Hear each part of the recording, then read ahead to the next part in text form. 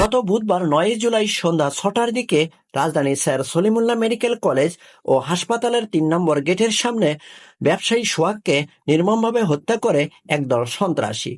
এর একদিন পর ১১ জুলাই শুক্রবার সেই নির্মম হত্যাকাণ্ডের ভিডিও ও ছবি সামাজিক যোগাযোগ মাধ্যমে ছড়িয়ে পড়লে বাংলাদেশ জামাতে ইসলামীর আমির ডক্টর শফিকুর রহমান এর প্রতিবাদ জানান। এর প্রতিবাদে তিনি তার ফেসবুকে দেওয়া এক স্ট্যাটাসে লিখেছেন, এ কোন যুগ, কোন সমাজ? প্রকাশ্যে দিবালোকে একজন ক্ষুদ্র সাধারণ ব্যবসায়ীকে শুধু চাঁদা দিতে অস্বীকৃতি জানানোর কারণে শত শত মানুষের সামনে কতটা নির্মমভাবে হত্যা করা হলো। বিদেশ থেকে এই ঘটনা শুনে সব ভাষা আমি হারিয়ে ফেলেছি। ওই পোস্টে জামাতে আমির ডক্টর শফিকুর রহমান আরো লেখেন, হে ক্ষতিগ্রস্ত মজলুম পরিবার, আমরা তোমাদের কাছে লজ্জিত।